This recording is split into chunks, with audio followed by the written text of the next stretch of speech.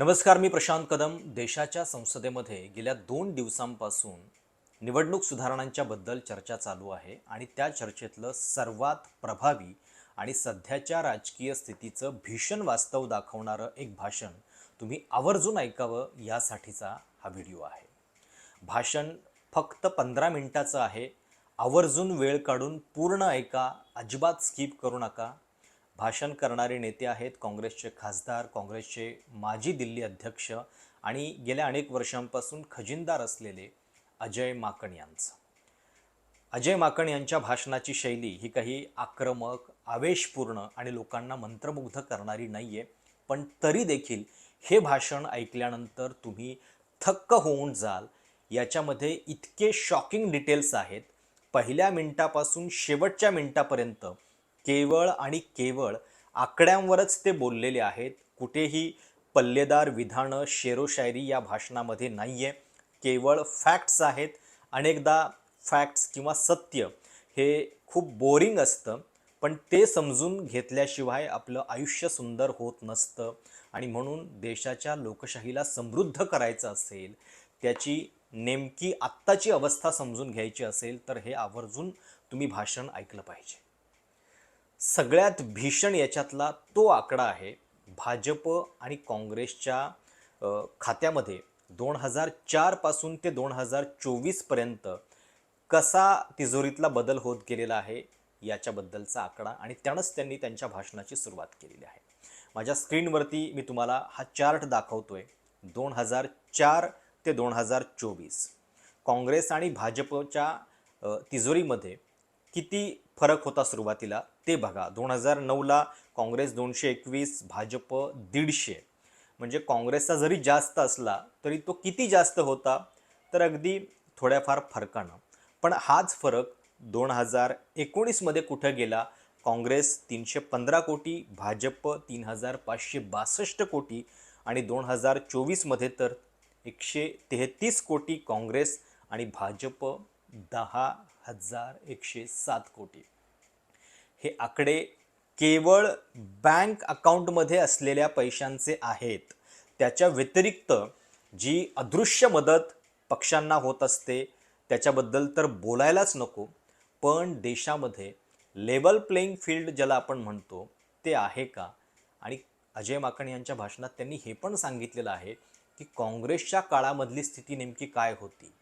त्यावेळी जे इंडस्ट्रियलिस्ट आहेत, उद्योगपती आहेत, त्यांना 60-40 हा रेशिओ जो आहे तो मान्य असायचा. म्हणजे काँग्रेसला सुद्धा तो मान्य असायचा की सत्ताधारी म्हणून जर आम्हाला तुम्ही 60% देणगी देतायत तर 40% विरोधकांना द्या. आता ही स्थिती 95-5 अशी सुद्धा होऊ दिली जात नाहीये. 5% मदत सुद्धा जे विरोधकांना करतायत त्यांच्या मागे सुद्धा चौकशी यंत्रणा लागतीये. हे अजय माकन यांच्या भाषणामध्ये सांगितलं गेलेलं आहे. खूप शॉकिंग डिटेल्स आहेत, पूर्ण तथ्य आहेत.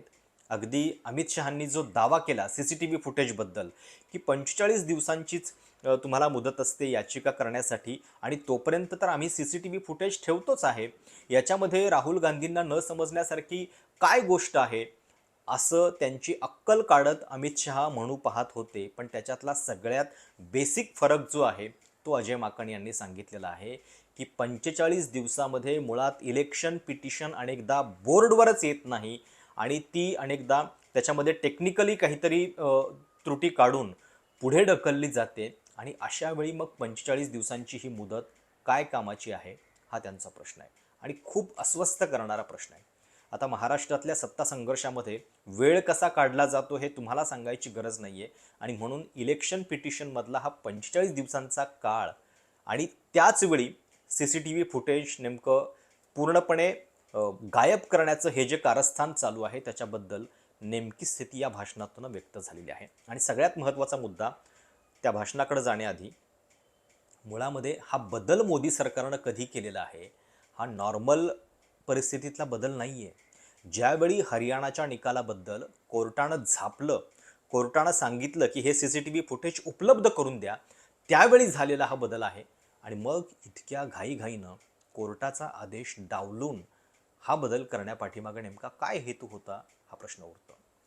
पूर्णपणे हे 15 मिनिटाचं भाषण तुम्ही ऐकावं. लोकशाहीवरती ज्यांचं ज्यांचं प्रेम आहे ते सगळे हे भाषण पूर्ण ऐकतील आणि इतर काही लोकांना सुद्धा आवर्जून फॉरवर्ड करा. फार कमी वेळा मी असं आवाहन करत असतो, पण कृपया हे भाषण पूर्णपणे ऐका.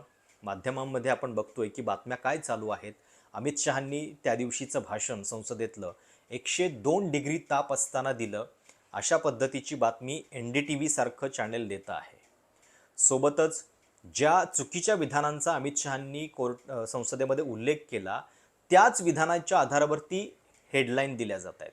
सोनिया गांधींच्या बद्दल त्यांनी केलेलं विधान हे अमित शहांना स्वतःच सभागृहामध्ये खरं आहे हे सांगता आलेलं नाहीये, पण तरी देखील हेडलाईन मात्र सोनिया गांधींचा खोटेपणा अमित शहांनी कसा उघड केला याच्या आधारे दिल्या जात आहेत. आणि असं असताना अजय माकन यांचं हे भाषण तुम्हाला आजच्या परिस्थितीबद्दल बरंच काही सांगून जाईल. प्लीज पूर्ण ऐका. राष्ट्रपति महोदय, मैं आपका धन्यवाद करना चाहता हूं.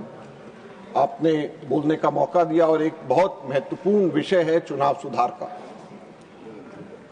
सभापति महोदय, हम दुनिया भर में बड़े गर्व से छाती ठोक कर कहते हैं कि Bharat mother of democracy, Bharat लोकतंत्र की जननी है. लेकिन जो तथ्य आज मैं इस सभा के अंदर रखूंगा, सभा पटल पे रखूंगा, वे चीख चीख करके गवाही दे रही हैं कि भारत में शायद यह जननी अब जीवित नहीं है. सभापति महोदय, किसी भी जीवंत लोकतंत्र के लिए 3 बुनियादी शर्तें होती हैं, 3 कसौटियों पे खड़ा उतरना पड़ता है. सबसे पहला लेवल प्लेइंग फील्ड, समान अवसर सभी के सभी दलों के लिए. दूसरा ट्रांसपेरेंसी, पारदर्शिता. और तीसरा क्रेडिबिलिटी, विश्वसनीयता. सबसे पहले अगर हम लेवल प्लेइंग फील्ड की बात करें तो मैं केवल आंकड़ों के ऊपर जाऊंगा. सभापति महोदय, मैं कांग्रेस पार्टी का कोषाध्यक्ष भी हूं, राज्यसभा के MP के साथ साथ. सभापति महोदय, पिछले 2-3 वर्षों से मैं हर इलेक्शन के बाद जैसे सभी पार्टीज को अपना हिसाब किताब देना होता है वो मैं दे रहा हूं. और जाहिर बात है कि मैं दूसरी पार्टीज का भी जो हिसाब किताब होता है उसको भी मैं देखता हूं. इलेक्शन कमीशन की वेबसाइट पे पब्लिक के लिए, सबके लिए वो वहां पर रहता है. सभापति महोदय, आप बड़े हैरान होंगे, सदन बड़ा हैरान होगा, मैं कुछ आंकड़े देना चाहता हूं. हर इलेक्शन के बाद हम ये बताते हैं कि कितना पैसा खर्च हुआ और साथ में ये भी बताते हैं कि कितना पैसा हमारे बैंक अकाउंट के अंदर है. और ये लेवल प्लेइंग फील्ड की बात इससे निकल करके आती है. 2004 के अंदर भाजपा के बैंक बैलेंस, बैंक अकाउंट के अंदर 2004 के बाद 88 करोड़ थे. हमारे कांग्रेस के बैंक के अंदर 38 करोड़ थे, लगभग 2 गुना भाजपा के हमसे ज्यादा थे. हमारी सरकार आई, ज्यादा हमारी स्ट्रेंथ थी, तो ज्यादा स्ट्रेंथ के बेसिस पे हमें ज्यादा पैसा मिला. और भाजपा के बैंक के अंदर 150 करोड़ रुपए 2009 के बाद में आए और कांग्रेस के बैंक अकाउंट के अंदर जमा 221 करोड़ रहे. ये 1.47 टाइम्स कांग्रेस के ज्यादा थे. 60-40 का रेशियो था. 2014 के बाद भी यह रेशियो 60-40 का रहा. अब उसके बाद 5 साल भाजपा आती है. 2014 में भाजपा के बैंक अकाउंट में 295 करोड़ रुपए थे.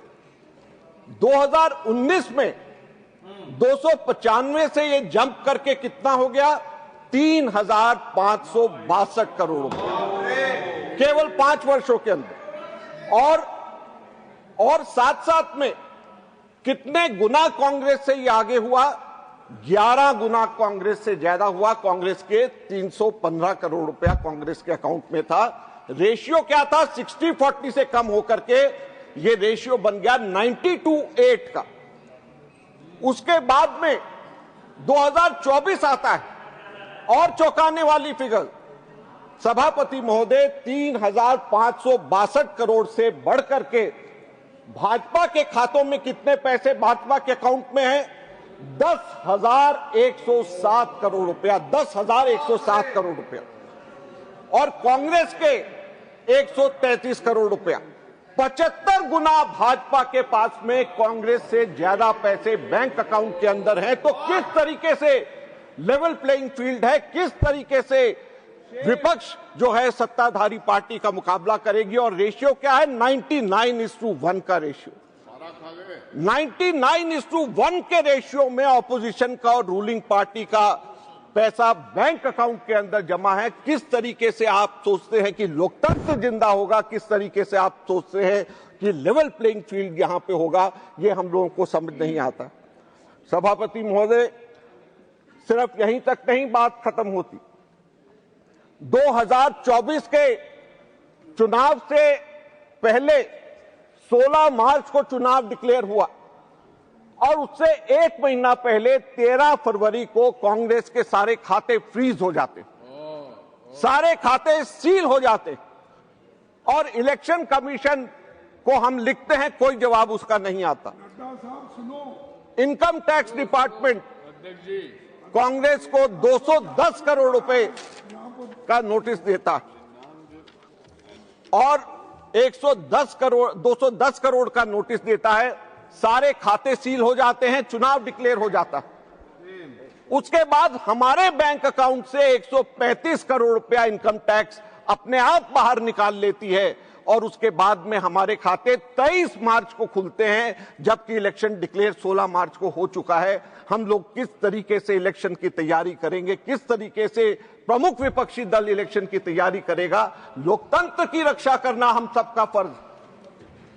सरकार को एम्प्लॉयमेंट देना है, सरकार को डिफेंस का भी ध्यान रखना है, एक्सटर्नल अफेयर्स का भी ध्यान रखना है, नौकरियां भी देनी है, लोगों को खाने का भी देना है, लेकिन सरकार का सबसे बड़ा काम लोकतंत्र की रक्षा करना भी होता है। लेकिन उसके अंदर यह सरकार पूरी तरीके से विफल हो गई है। क्यों? क्योंकि एजेंसीज इस तरीके से डायरेक्ट किया जाता है। मैंने कोषाध्यक्ष होने के नाते मैंने बिजनेसमैन से बात करी, बड़े इंडस्ट्रियलिस्ट से बात करी।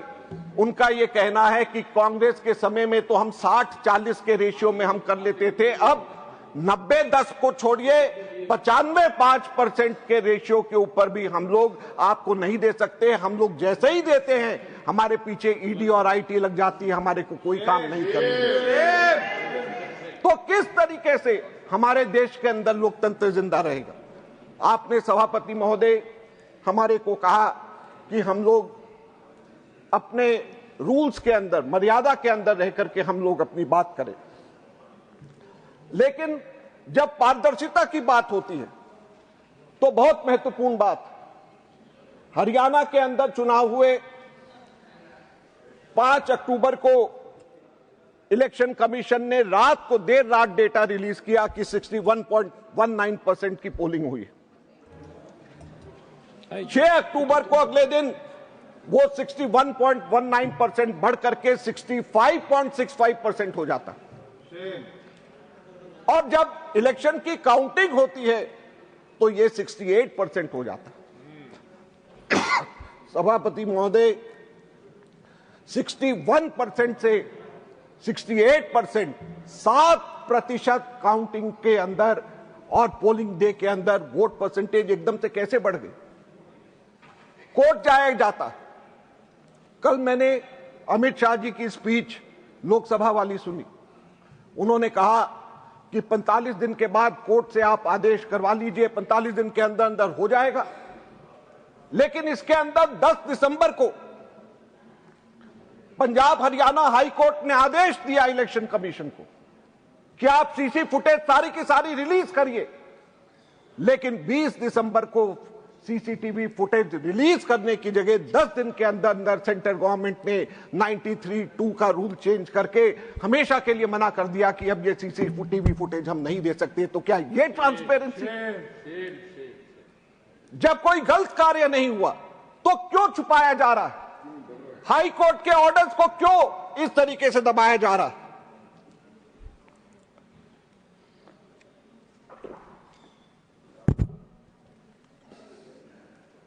एक साल तक इससे पहले सीसीटीवी फुटेज का रिकॉर्ड रखा जाता था। उस एक साल की अवधि को कम करके 45 दिन कर दिया गया।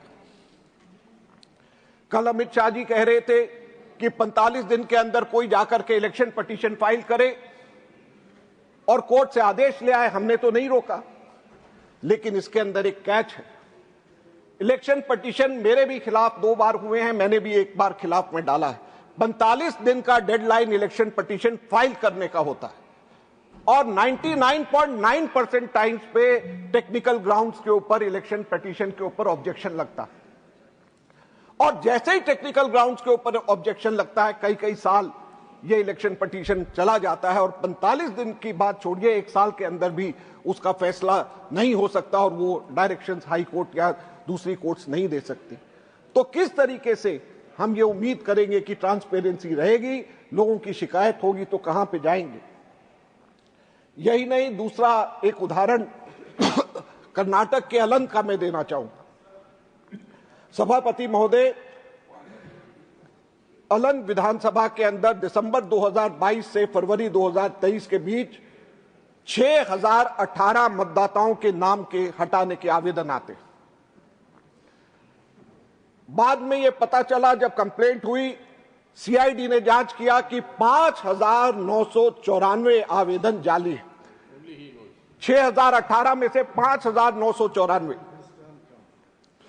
ये किसके नाम थे? ये दलित और अल्पसंख्यकों के नाम थे। सीआईडी ने जांच शुरू कर दी।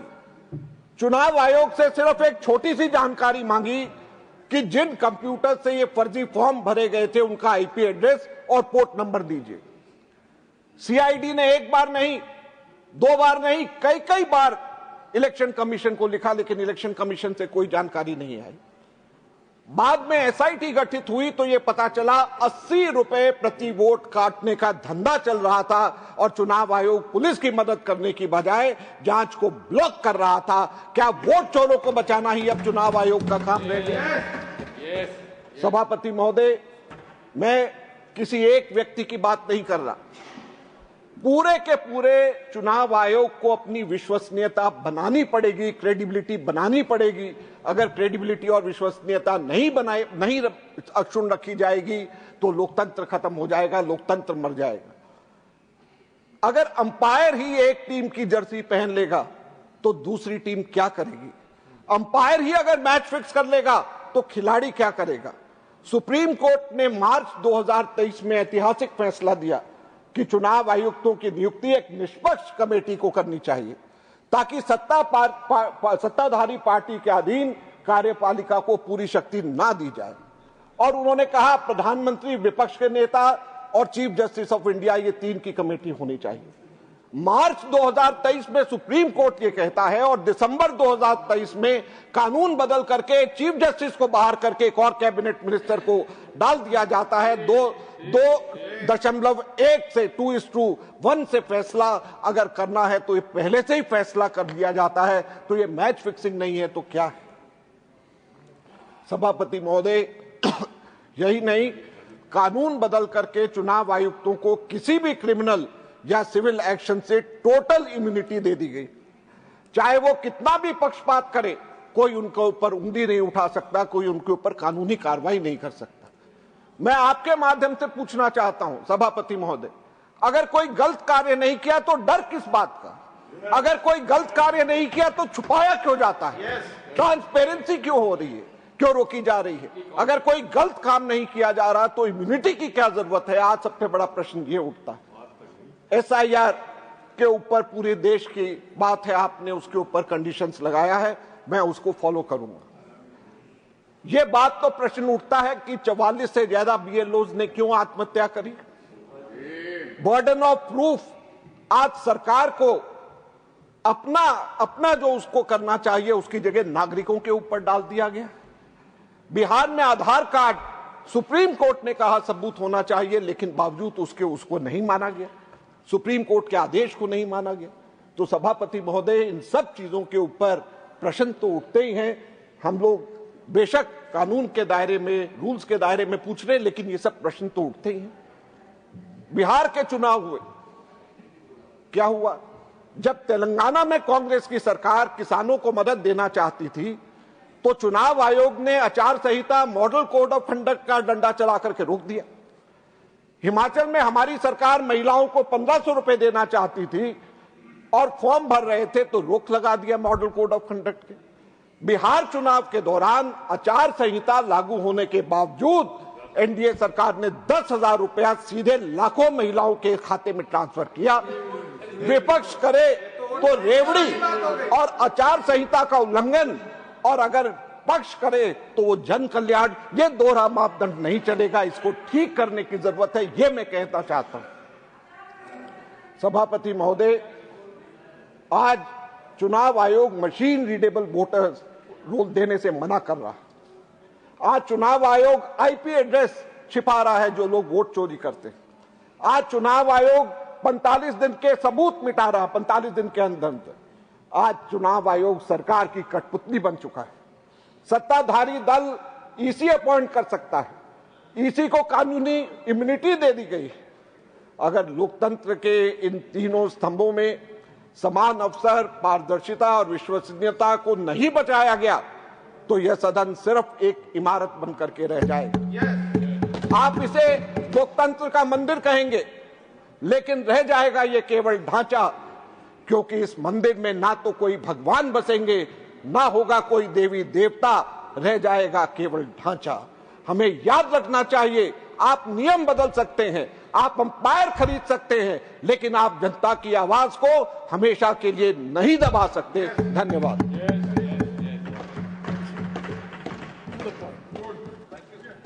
डॉक्टर सुधांशु त्रिवेदी जी। माननीय सभापति महोदय,